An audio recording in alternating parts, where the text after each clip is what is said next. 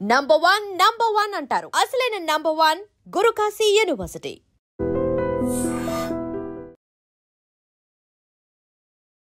Sir, నేనొక బాధితుడిని.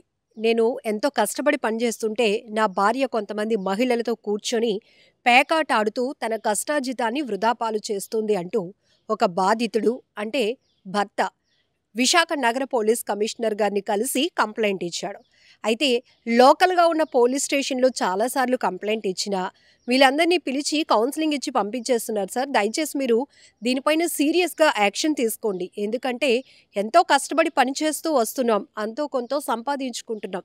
దాన్ని బాధ్యతగా చూసుకోవాల్సినటువంటి కొంతమంది మహిళలు ఇలా బాధ్యతారాహిత్యంగా కాలక్షేపానికి పేకాట ఆడుతూ ఆ సొమ్మును వృధా చేస్తున్నారు. ఇది చాలా ఇంపార్టెంట్ విషయమని ఆయన సిపి గారికి చెప్పారు.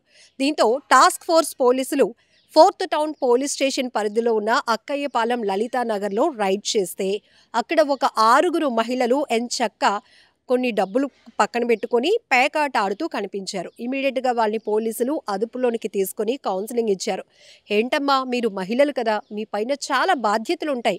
సరదాగా కాసేపు ఏదైనా చెయ్యొచ్చు. కానీ ఇలాంటివి చేస్తూ ఇంట్లో వాళ్ళని ఇబ్బంది పెట్టడం కరెక్ట్ కాదు కదా అంటూ వాళ్ళకి కౌన్సెలింగ్ ఇచ్చారు.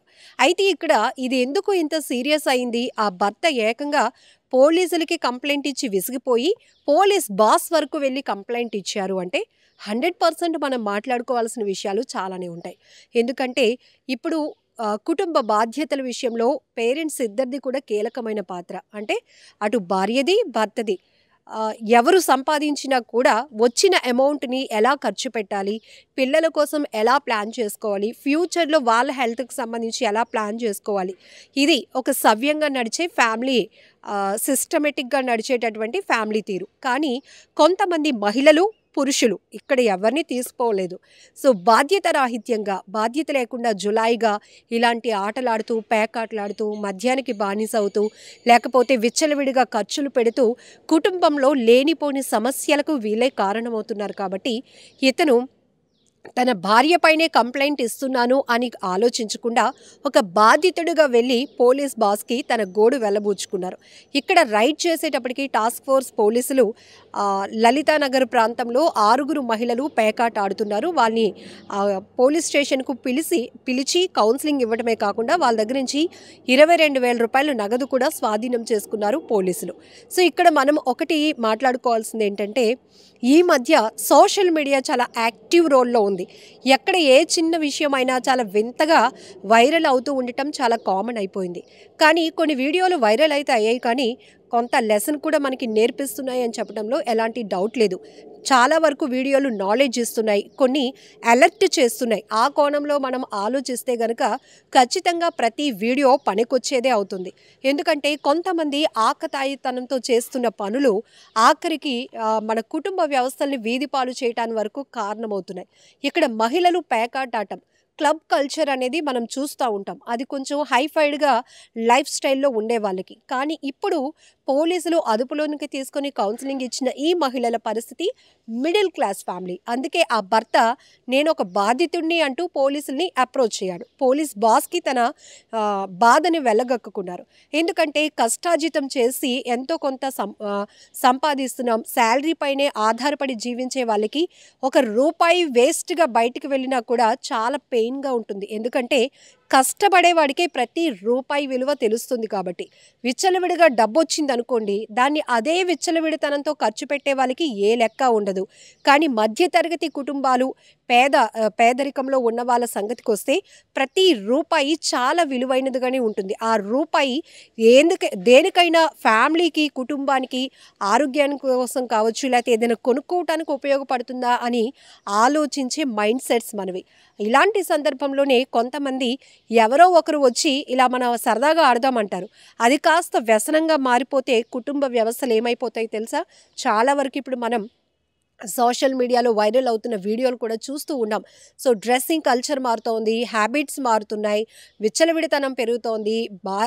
భార్య భర్త విషయంలో కావచ్చు, భర్త భార్య విషయంలో కావచ్చు నెగ్లిజెన్సీగా ఉండటం, పిల్లల్ని పక్కన పెట్టడం, ఇవన్నీ నడుస్తూ ఉన్నాయి. కాబట్టి అంత దూరం వరకు ఆయన ఫ్యామిలీ పరంగా అంత నష్టపోకుండా ముందే అలర్ట్ అయ్యి ఇలా పోలీసులకు తన భార్య గురించి, తన భార్యతో పాటు పేకాట ఆడుతున్న గ్రూప్ మొత్తాన్ని పట్టించాలి అనుకున్నాడు. ఒక రకంగా వాళ్ళని పట్టించాలి అనే కన్నా బుద్ధి చెప్పాలి అనే ఒక ప్రయత్నం. ఎందుకంటే తను చాలాసార్లు చెప్పి చూశాడంట. ఇదేంటమ్మా, మనం ఇంత కష్టపడుతుంటుంటే నువ్వు వచ్చి పేకాట ఆడుతున్నావు, డబ్బులు పోగొడుతున్నావు, ఇదంతా మనకు అనవసరం. ఒక్కోసారి నువ్వు డబ్బులు పేకాట్లు నీకు వచ్చినా కూడా అది మన కష్టార్జితం కాదు, అది పర్మనెంట్ కాదు. శుభ్రంగా చక్కగా ఒక హుందాతనంగా సాంప్రదాయంగా నువ్వు మెయింటైన్ అవ్వాలి అని చెప్పి చూస్తే ఆమె నెగ్లిజెన్సీ, ఆమె కనీసం భర్త మాటల్ని కూడా వినిపించుకునే పరిస్థితిలో లేదు. కాబట్టి ఇంతకుముందు కూడా 4th టౌన్ పోలీసులకు అతను కంప్లైంట్ ఇచ్చారు. పోలీసులు మాత్రం ఏం చేస్తారు, ఇది పెద్ద నేరం కాదు, ఘోరం కాదు, అలాని వాళ్ళని పిలిచి కౌన్సిలింగ్ ఇచ్చి పంపించేశారు.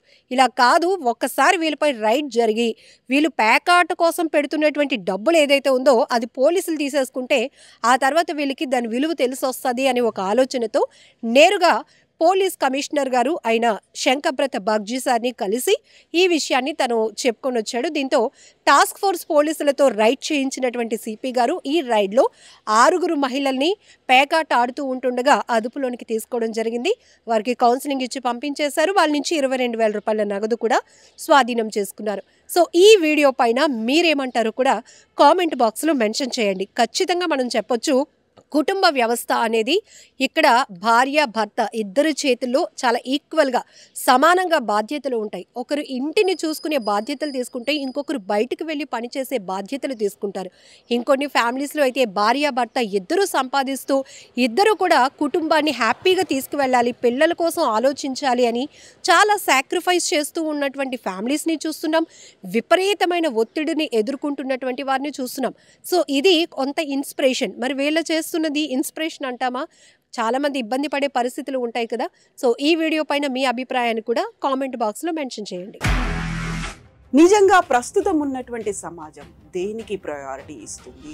ఆర్థిక సంబంధాల చుట్టూ మాత్రమే తిరుగుతుంది. మళ్ళీ ఎన్నికలంగానే చాలా విరక్తి కలుగుతాను.